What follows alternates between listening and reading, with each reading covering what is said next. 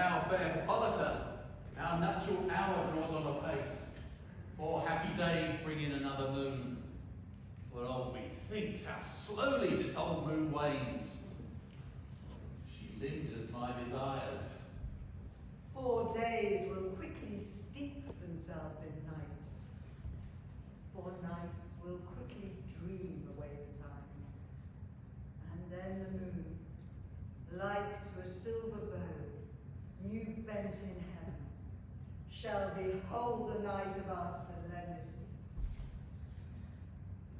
Happy be Theseus, our renowned Duke. Thanks, good Aegeus. What's the news with thee? Full of vexation come I, with complaint against my child, my daughter, Hermia. Stand forth, Demetrius. My noble lord, this man hath my consent to marry her. Stand forth, Lysander. And, my gracious Duke, this man hath bewitched to the bosom of my child. Thou, Lysander, thou hast given her rhymes and interchanged love tokens with my child. Thou hast by moonlight at her windows sung in failing voice verses of failing love, and stoned the impression of her fantasy with bracelets of thy hair, rings, gauds, conceits, naps, trifles, nosegays, sweetmeats. With cunning hast thou filched my daughter's heart, turned her obedience, which is due to me, to stubborn harshness. And my gracious Duke, be it so she will not hear before your grace consent to marry with Demetrius, I beg the ancient privilege of Athens. As she is mine, I may dispose of her, which shall be either to this gentleman or to her death, according to our law immediately provided in that case. What say you, Hermia? Be advised, fair maid, Demetrius is a worthy gentleman. So is Lysander. In himself he is, but in this time, wanting your mother's voice, the other must be held the worthier. I would my mother looked, but with my eyes. Rather your eyes must with her judgment look. And do entreat your grace to pardon me. I know not by what power I am made bold, nor how it may concern my modesty in such a presence here to plead my thoughts. But I beseech your grace that I may know the worst that may befall me in this case, if I refuse to wed Demetrius. To die the death, or to abjure forever the society of men. Therefore, fair Hermia, question your desires, know of your youth, examine well your blood, and whether, if you yield not to your mother's choice, you can endure the livery of a nun. For I, to be in shady cloister mewed, to live in barren sister all your life, chanting faint hymns to a cold, fruitless moon. Thrice blessed, they that so master their blood to undergo such mean pilgrimage. But earthlier happy is the rose distilled, than that which, withering on the virgin thorn, grows, lives, and dies in single blessedness. So will I grow, so live, so die, my lord, ere I will yield my virgin patent up unto his lordship, whose unwishing yoke my soul consents not to give sovereignty. Take time to pause. By the next new moon, the sealing day betwixt my love and me, everlasting bond of fellowship, upon that day, either prepare to die for disobedience to your mother's will, or else to wed Demetrius as he will, or on Diana's altar to protest for austerity and single life. Relent, sweet Hermia, and Lysander, yield thy created title to my certain right. You have her mother's love, Demetrius. Let me have Hermia's. Do you marry her? Scornful Lysander. True, he hath my love, and what is mine, my love will render him, and she is mine, and all my right of her I do estate unto Demetrius. My lord, I'm as well derived as he is well possessed. My love is more than his. My fortunes, as fairly backed, are not advantages Demetrius's, and what is more than all these boasts can be, I am beloved of beauty's Hermia. Why should then not I prosecute my right, And Demetrius, allowed to his head, made love to me, God's daughter, and won her soul. And she, sweet lady, dotes, devoutedly dotes, dotes in idolatry for this spotted and inconstant man. I must confess that I heard so much, and with Demetrius spoke thereof. But my mind, being full of self-affairs, my mind did lose it. But, Demetrius, come, Egeus, you shall go with me. I have some private schooling for you both. For you, fair Hermia, look you arm yourself to fit your fancies to your mother's will, or else the law of Athens yields you up to death or a vow of single life. Come, my Apollosa, what cheer, my love?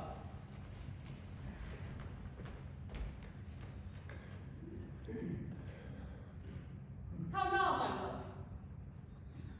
Why is your cheek so pale? How chance the roses there do fade so fast? Like for want of rain, which I could well beteem them from the tempest of my eyes. Ah, me, for aught that I could ever read, could ever hear a tale or history. The course of true love never did run smooth, but as we're different in blood. Cross, too bright and cruel to learn. Or else it was McGrath in the respect of years. Spies, too old to be engaged to young. Or else it were in the choice of friends. Or hell, to choose love by another's eyes. Or if there were sympathy and choice. War, death, and sickness do lay siege to it, making it as momentary as a sound, swift as a shadow, short as any dream, as brief as the lightning in the collier night, that in a spleen unfolds both heaven and earth. And ere a man hath the power to say, behold, the jaws of darkness do devour it up. Oh, how quick bright things come to confusion. If, then, true lovers have ever crossed, it stands as an edict in destiny. Then let us teach our trial patience, because it is a customary cross, as due to lovers' thoughts and dreams and sighs, wishes and tears, poor fancy's followers. Oh, a good persuasion, and therefore hear me, Hermia. I have a widow aunt, a dowager of great revenue, and she hath no child. From Athens her house is remote 7 leagues, and she respects me as her only son. There, gentle Hermia, may I marry thee, and from that place the sharp Athenian law cannot pursue us. If thou lovest me then, steal forth thy mother's house tomorrow night, and in the woods a league without the town I will stay for thee. My good Lysander, I swear to thee by Cupid's strongest bow, by his best arrow with the golden head, by all the vows that ever men have broke, in number more than women ever spoke. In that same place thou hast appointed me, tomorrow truly will I meet with thee. Oh, keep promise, my love. Oh, look, here comes Helena. Godspeed, fair Helena, whither away? Call you me fair? That fair again on stay. Demetrius loves your fair. Oh, happy fair. Your eyes are lone stars, and your tongue sweet air, more tunable than lark to shepherd's ear. When wheat is green, when hawthorn buds appear, sickness is catching. Oh, were favour so yours would I catch, fair Hermia, ere I go. My ear would catch your voice, my eye your eye, my tongue would catch your tongue, sweet melody. Were the world mine, Demetrius being baited, the rest I'd give to be to you translated. Oh, teach me how you look, and with what art you sway the motion of Demetrius' heart. I frown upon him, yet he loves me still. Oh, that your frowns would teach my smile such skill. I give him curses, yet he gives me love. Oh, that your prayers with such affection move. The more I hate him, the more he follows me. The more I love, the more he hated me. His folly, Helena, is no fault of mine. None but your beauty. Would that fault were mine? Take comfort. He no more shall see my face. Lysander and myself will fly this place. For Helen, to you, our minds we will unfold.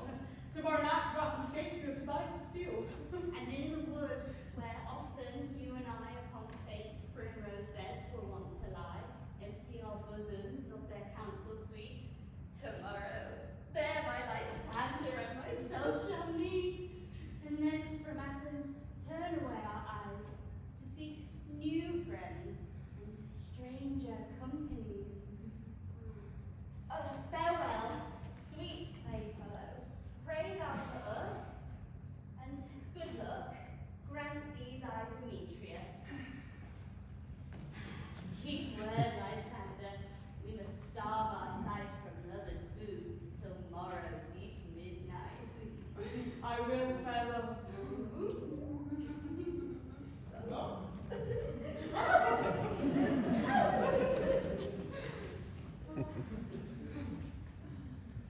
Oh, Helena, adieu. Adieu on him. Demetrius, dote on you. Oh, how happy somehow or other can be. Through Athens I am thought as fair as she. But what of that? Demetrius thinks not so. He will not know all but he do know. And as he errs doting on Hermia's eyes, so I admiring of his qualities. Things base and vile, holding no quantity, love can transpose to form and dignity. Love looks not with the eyes, but with the mind, and therefore is winged Cupid painted blind. Nor hath love's mind of any judgment taste, wings and no eyes, figure unheeded haste. And therefore is love said to be a child, because in choice he is so oft beguiled.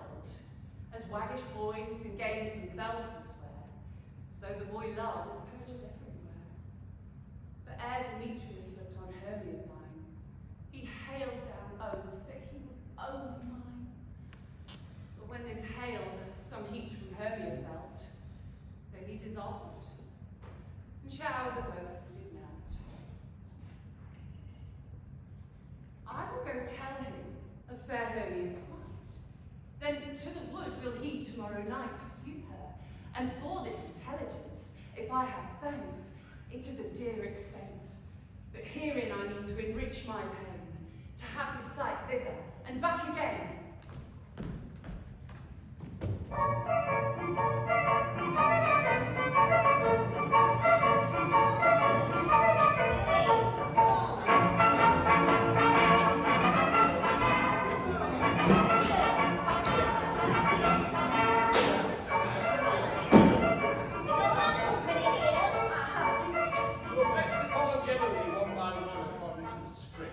Here is the scroll of every person's name which is thought fit in all Athens to play in our interlude before the Duke and Duchess on his wedding day at night.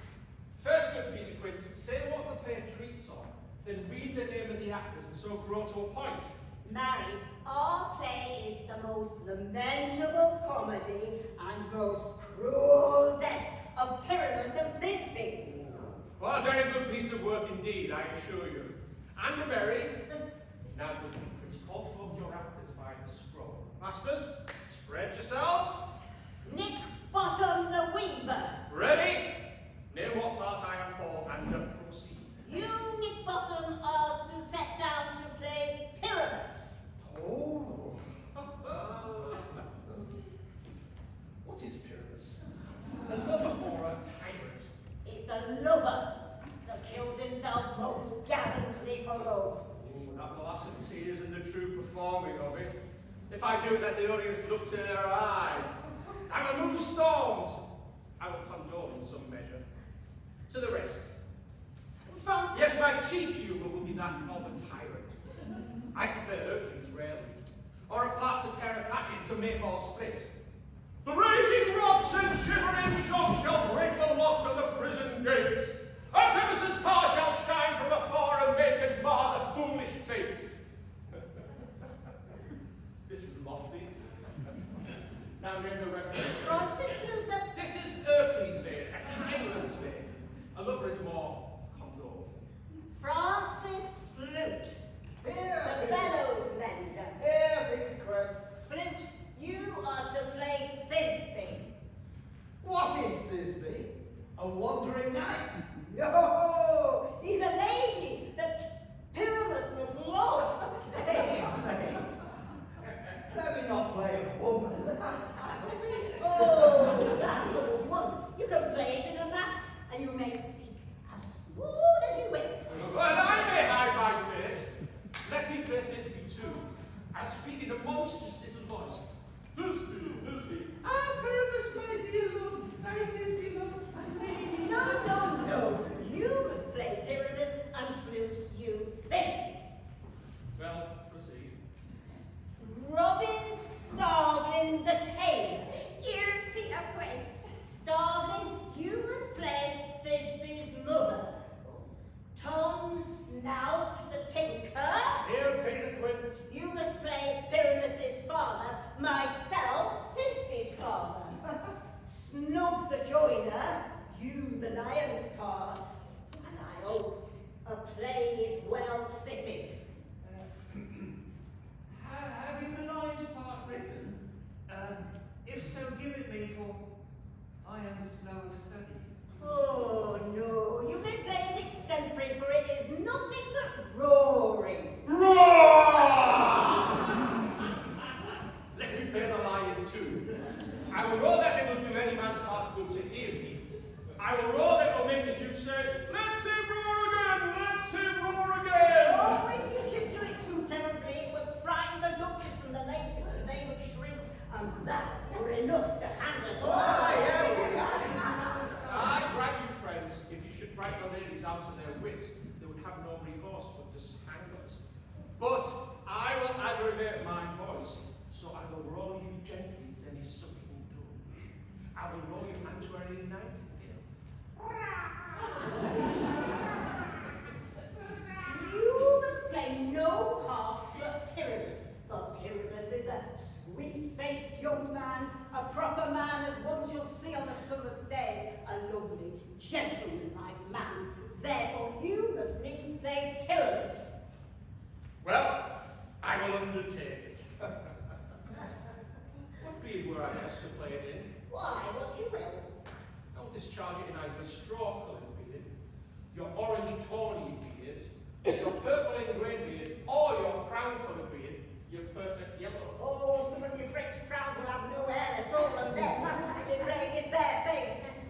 But, masters, here are your palms, and I entreat you and request you and desire you to come then by tomorrow night, and we will meet in the palace woods, a mile without the town by moonlight. A mile without the town. For if we meet within the city walls, we shall be dogged by company, and our devices known. In the meantime, I will throw up a bit of property such as our play needs. I pray you, fail me not. We will meet, and there we may rehearse most obscenely and courageously. Take pains, be perfect,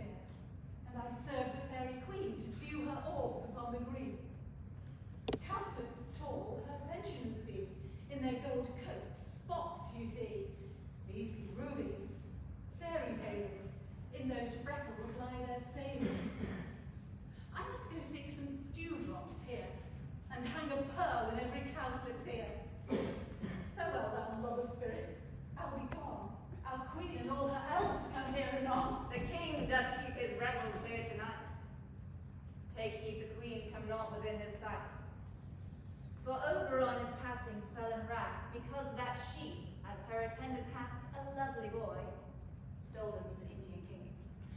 She never had so sweet a changeling. And jealous Oberon had the child, knight of his train to trace the forest wild. But she perforce withhold beloved boy, crowns him with flowers, makes him all her joy, and now they never meet. In grove or green, by fountain clear, or spangled starlight sheen. But they do swear that all their elves for fear creep into acorn cups and hide them there. Either I mistake your shape and making quite, or else you are that shrewd and knavish sprite called Robin Goodfellow. Are not you he that frights the maidens of the villagery, skim milk and sometime labour in the quern, and vocus make the breathless housewife churn? Sometime make the drink to bear no balm, mislead night wanderers, laughing at their harm. Those that hobgoblin call you and sweet puck, you do their work and they shall have good luck. Are not you he? Thou speakest right, I am that merry wanderer of the night. I jest to Oberon and make him smile when I am fat and beam fed horse begun, in name likeness of a filly foal. And sometime lurk I in a closet's full, in very likeness of a roasted crab. And when she drinks against her lips I bob, and on her withered dewlap pour the ale. The wisest aunt telling the saddest tale, sometime the 3-foot stool mistaketh me. Then slip I from her bum! Down topple she. But room very, here comes Oberon, and here my mistress. Oh, that he were gone. Ill met by moonlight, proud Titania. What jealous Oberon? Fairies, skip hence. I have forsworn his bed and company. Tarry, rash wanton. Am I not thy lord? Then I must be thy lady. But I know why art thou here, come from the farthest steep of India. But that forsooth the bouncing Amazon, your buskinned mistress, and your warrior love, to Theseus must be wedded. And you come to give their bed joy and prosperity. How can thou thus for shame, Titania, glance at my credit with Hippolyta, knowing I know thy love for Theseus? These are the forgeries of jealousy.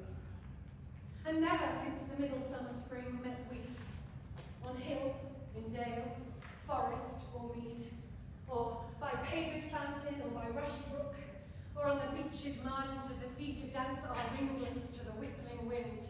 But with thy brawls, thou hast disturbed our sport. Therefore the winds, piping to us in vain, as in revenge, have sucked up from the sea contagious fogs, which forming in a land have every pelting river made so proud they have overborne their continents. No night is known with him or Carol blessed. Therefore the moon, the governess of floods, pale in her anger, washes all the air that rheumatic diseases do abound. And thorough this distemperature, we see the seasons alter. The spring, the summer, the childing autumn, and the angry winter change their wonted liveries. And the mazed world by their increase now knows not which is which. And this same progeny of evils, it comes from our debate, from our dissension. We are their parents and original. You amend it then? It lies in you.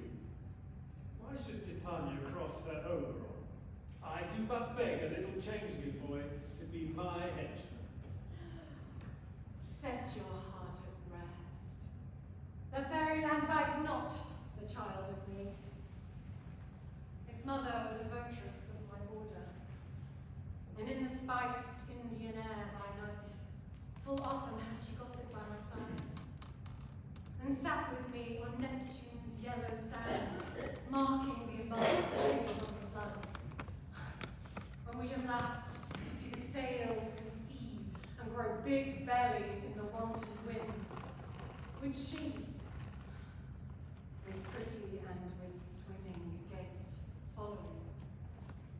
her womb then rich with my young squire, would imitate, and sail upon the land to fetch me trifles and return again, as from a voyage rich with merchandise. But she, being mortal, of that boy did die. And for her sake I do rear up her boy. And for her sake, I will not part with him. How long will this wood intend to stay? A chance till after Theseus' wedding day. If you will dance patiently in our round and see our moonlight revels, go with us. If not, Charlemagne and I will spare your haunts. Give me the boy, and I will go with you. Not for thy fairy kingdom. Fairies, away, we shall chide downright in my monastery. Well, go thy way. Thou shalt not from this grove till I torment thee for this injury. Gentle Puck, come hither.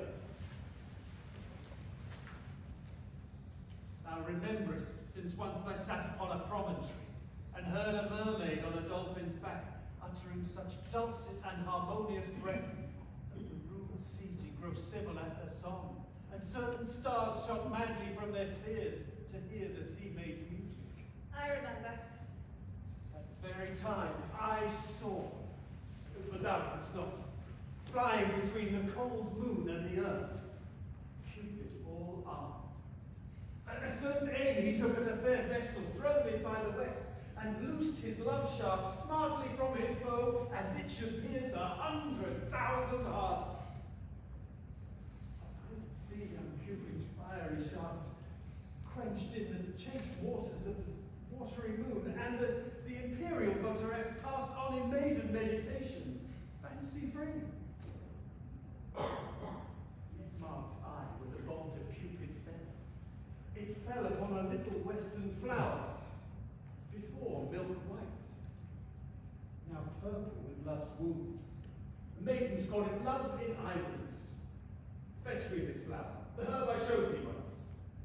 The juice of it on sleeping eyelids laid will make or man or woman madly dote upon the next living creature that it sees. Fetch me this herb, and be thou here again ere the Leviathan shall swim a league. I'll put a girdle around the earth in 40 minutes. Having once this juice, I'll watch Titania when she is asleep. Drop the liquor of it in her eye. The next thing then she waking looks upon, it lion or bear or wolf or bull or meddling monkey or busy ape, she shall pursue it with the soul of love. And there I take this charm from off her sight, as I can with another herb. I'll make her render up her page to me. But who comes here? I am invisible and will overhear their conference. I love thee not, therefore pursue me not! Where is Lysander and fair Hermia? The one I'll slay, the other slayeth me.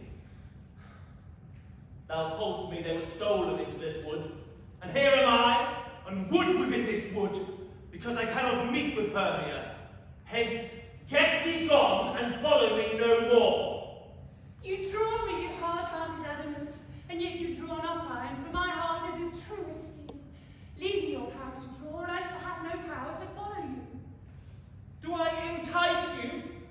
Do I speak you fair?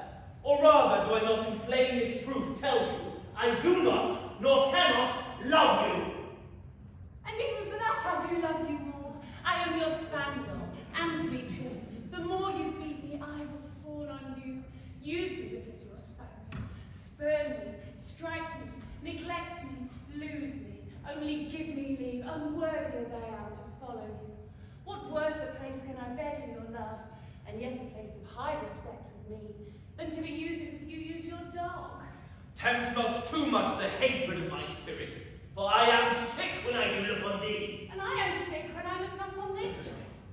You do impeach your modesty too much. to leave the city and commit yourself into the hands of one who loves you not, to trust the opportunity of night and the ill counsel of a desert place with the rich worth of your virginity. Your virtue is my privilege, for that it is not night when I do see your face. Therefore I think I'm not in the night, nor doth this wood lack worlds of company, for you in my respect are all the world. So how can it be said that I'm alone, when all the world is here to look on me? I'll run from thee, and hide me in the brakes, and leave thee to the mercy of wild beasts. The wildest have not such a heart as you. Run when you will, the story self shall be changed. Apollo flies, and Daphne holds the chase. The dove pursues the griffin, the mild hind makes speed to catch the tiger. Bootless speed, when cowardice pursues, and valor flies. I will not stay thy questions. Let me go. Or if thou follow me, do not believe, but I shall do thee mischief in the woods. Aye, in the temple, the town, the fields, you do mischief. Fie, Demetrius, your wrongs do set a scandal on my sex. We cannot fight for love as men may do. We should be wooed, and we're not made to woo. I'll follow thee, and make a heaven of hell, to die upon the hand I love so well. Fare thee well, nymph. Ere he do leave this grove, thou shalt fly him, and he shall seek thy love. Hast thou the flower there, welcome wanderer? There it is. I know a bank where the wild thyme blows, where oxlips and the nodding violet grow, quite over canopied with luscious woodbine, sweet musk roses, and with eglantine. There sleeps Titania some time of the night, lulled by these flowers in dances and delight. There the snake throws her enamelled skin, weaved wide enough to wrap a fairy in. The juice of this I'll streak her eyes, and make her full of hateful fantasies. Here, take thou some of this, and seek through this grove. A sweet Athenian lady is in love with a disdainful youth. Anoint his eyes, but do it when the next thing he espies may be the lady. Thou shalt know the man by the Athenian garments he hath on. Affect it with some care, that he may prove more fond on her than she upon her love. And look thou meet me ere the first cock crow. Fear not, my lord. Your servant shall do so.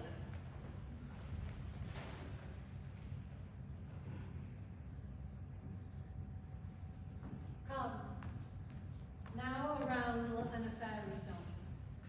Then for the third part of a minute hence, some to kill cankers in the musk rose buds.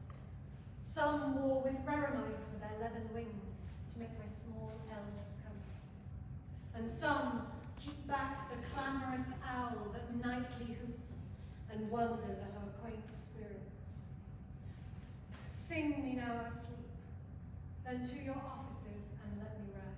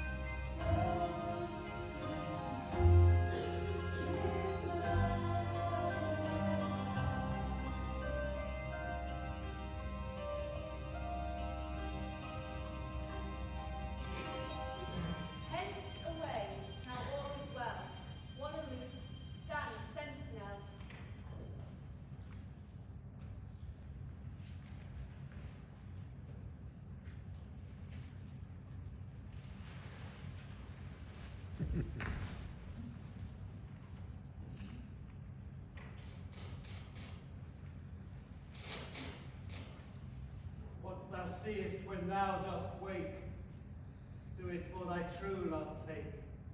Love and languish for his sake.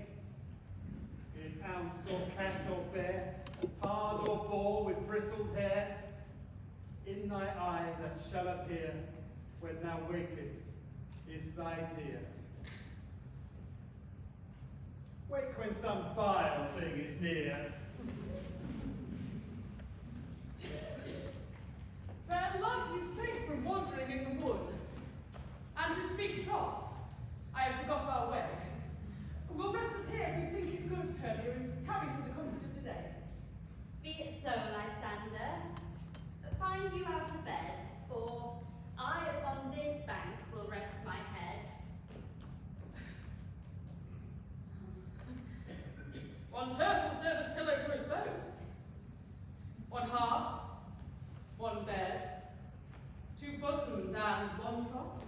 Oh, nay, good Lysander, for my sake, my dear, lie further off yet, do not lie so near. Oh, take sense, sweet my innocence. Love takes meaning in love's conference. What I mean is that my heart unto yours is knit, so one heart we can make of it. Two bosoms interchained in a single oath, so two bosoms and a single troth. Then by your bedside no room me deny, for lying so, Hermia, I do not lie. Lysander riddles very prettily. Now, much beshrew my manners and my pride, if Hermia meant to say Lysander lied. But, gentle friend, for love and courtesy, lie further off yet, in human modesty. Such separation, as may well be said, becomes a virtuous bachelor and a maid. So far be distant, and good night, sweet friend. Thy love ne'er alter till thy sweet life end. Amen, amen, to that fair prayer say I, and end life, when I am royalty. Here is my bed. May sleep give you all his rest. With half that wish, the wishes I be pressed.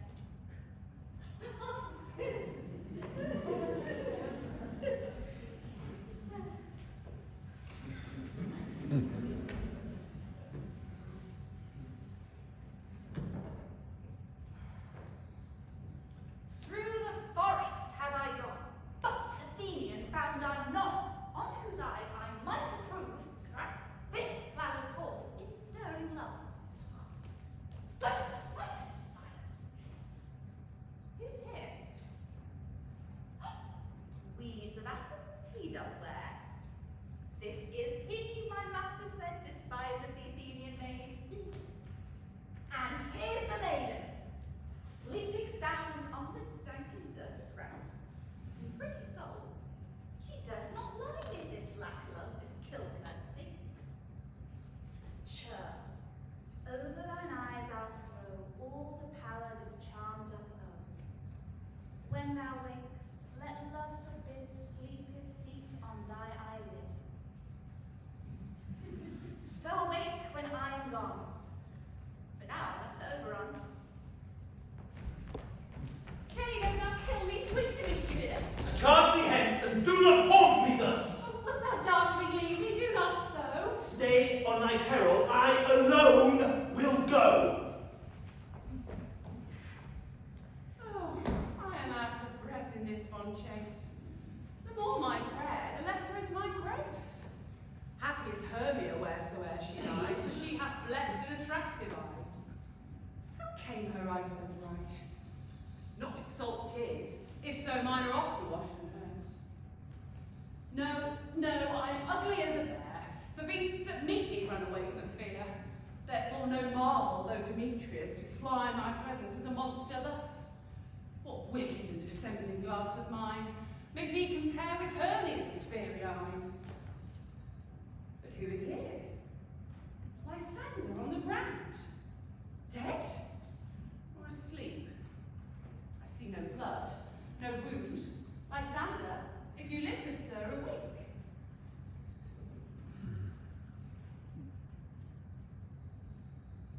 And run through fire I will for thy sweet sake. Transparent Helena, oh, nature shows art that through thy bosom makes me see thy heart. Where is Demetrius? Oh, what bitter word that vile name is to perish on my soul. Do not say so, Lysander, say not so. Although he love your Hermia, Lord, what though? Yet Hermia still loves you, so be content. Content with Hermia? No. I do repent the tedious minutes with her I have spent. Not Hermia, but Helena I love. Or who would not change a raven for a dove? Will a man is by reason swayed, and reason says not worthy of maid. Well, things growing up right into their season, so I, being young, till now like not to reason. And touching now the point of human skill, reason becomes the marshal to my will, and leads me to your eyes, where I overlook love stories written in love's richest books. Wherefore was I to this keen mockery born? When at your hands did I deserve this scorn? It's not enough, young man, that I never did, no, nor never can, deserve a sweet look from Demetrius' eye, that you must flout my insufficiency. Good troth you do me wrong, good suit you do, in such disdainful manner me to woo. But fare ye well, perforce I must confess, I thought you lord of more true gentleness. Oh, that a lady of one man refused, should of another therefore be accused.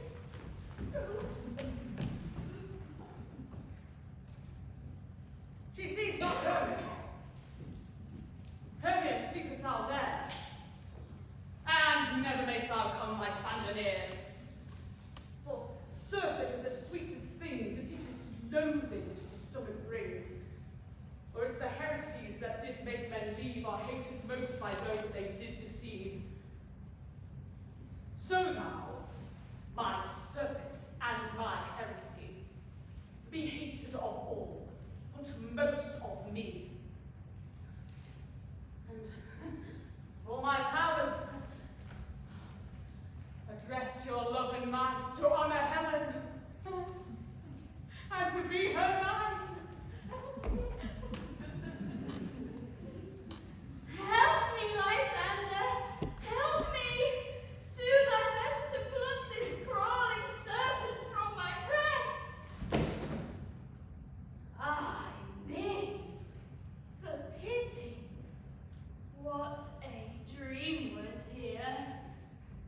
Lysander, look how I do quake with fear! Methought a serpent ate my heart away, and you sat smiling at his cruel prey. Lysander! What? Removed? Lysander! Lord! What? Out of hearing? Gone? No sound? No word? Alack! Where are you? Speak, and if you hear, speak of our loves. I swoon almost with fear. No? Well, then I well perceive you are not nigh. Either death or you, I'll find immediately.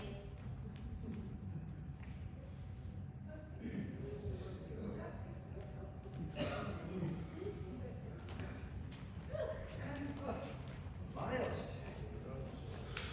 Oh! It is a most marvelous, convenient spot for our rehearsal.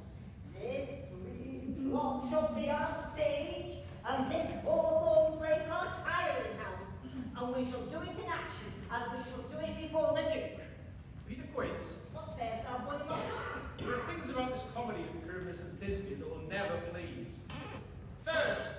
Pyramus must draw a sword to kill himself, which the ladies cannot abide. How answer you that? I all lock in a call fear. Oh, I believe we must leave the killing out when all is done. Not a bit. I have a device to make all well. Write me a prologue, and let that prologue seem to say we will do no harm with our swords, and that Pyramus is not killed indeed. And for more better assurance, tell them I, Pyramus, am Bottom the Weaver. This will put them out of fear. Well, we shall have such a prologue, and it shall be written in 8 and 6. No. Make it 2 more. Let it be written in 8 and 8. Will the ladies not be afeard of the lion? Oh, I fear it, I promise you. Masters, you ought to consider among yourselves to bring in a lion god shielders among ladies is the most dreadful thing. For there's no more fearful a wildfowl than your lion living, and we ought to look to it. Therefore, another prologue will say he is not a lion. There, you must name his name, and let half his face be seen through the lion's neck. Let he himself speak through, saying thus, or to the same defect. I would wish you, or I would request you, or I would entreat you, not to fear, not to tremble my life with yours. If you think I come hither as a lion, it were pity on my life. No, I am no such thing. I am a man as other men are, and let them name his name, but tell him plainly he is Snug the Joiner. Well, it shall be so. But there is 2 hard things. First, we must get moonlight into the chamber, for as you know, Pyramus and Thisbe do meet by moonlight. Doth the moon shine the night we play our play? A calendar. Look in the almanac. Find out moonshine. Find out moonshine. Yeah! It will shine that night! Well, then you may leave a casement, the great chamber window where we play open, and the moon may shine in at the casement. Or else one must come in with a lantern and a bush of thorns and say it comes to disfigure or present the person of moonshine. Then there's another thing. We must have a wall in the great chamber, for as you know, Pyramus and Thisbe do talk through the chink of a wall. You can never bring in a wall. What say you, Bob? Some man or other must present all, and let him have some plaster or some loam or some rough cast to signify where. And let him hold his fingers thus, and through that cranny shall Pyramus be whispered. If that is so, then all is well. Come, everybody's son, rehearse your parts. Pyramus, you begin. When you've spoken your speech, enter into that break, and everyone according to his cue. What hempen homespuns have we swaggering here, so near the cradle of the fairy queen?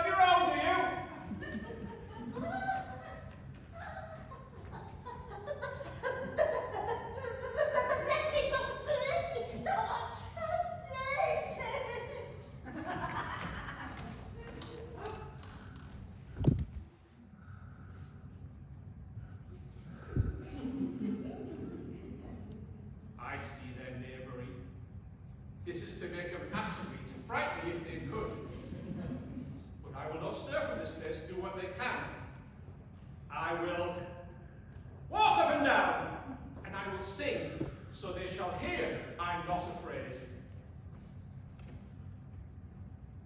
Usual cock so black of hue, with orange tawny bill, the throstle with his note so true, the wren with little quill. What angel wakes me? The finch, the sparrow, and the lark, the plain song cuckoo grey, whose note folk many a man doth mark, and dare not answer nay. Who would settle the wit of so foolish a bird? Who would give a bird the line that cried cuckoo never saw? I pray thee, gentle mortal, sing again. Mine ear is much enamoured of thy note. So is mine eye enthralled to thy shape, and thy fair virtue's force, for force doth move me on the first view to say, to swear, I love thee. Methinks, mistress, you should have little reason for that. And yet, to say the truth, reason and love keep little good company nowadays. More than pity, some honest neighbours should not make them friends. Nay, I can gleek upon occasion. Thou art as wise as thou art beautiful. Not so neither. But if I had enough wit to get out of this wood, I have enough to serve my own turn. Out of this wood do not desire to go. Thou shalt remain here whether thou wilt or no. I am the spirit of no common rate. The summer still doth tend upon my state. And I do love thee. Therefore go with me. I'll give thee fairies to attend on thee, and they shall fetch thee jewels from the deep, and sing while thou on pressed flowers dost sleep. And I shall purge thy mortal grossness, so that thou shalt like an airy spirit go. Peach blossom, Ready? cobweb, Ready? moth, And I. mustard seed. And I. Be kind and courteous to this gentleman. Hop in his walks and gambol in his eyes. Feed him apricots and dewberries, purple grapes, green figs and mulberries. The honeyberries steep for the humble bees, and for night tapers crop their waxen thighs, and light them by the fiery glowworm's eyes, to have my love to bed and to arise, and pluck the wings from painted butterflies, to fan the moonbeams from his sleeping eyes. Will not to him fairies and do him courtesies. Hail, mortal! Hail, hail! Hail! I cry thy worship's mercy heartily. I beseech your worship's name. Cobweb, I shall desire more acquaintance of you, good Master Cobweb. If I cut my finger, I shall make bold with you.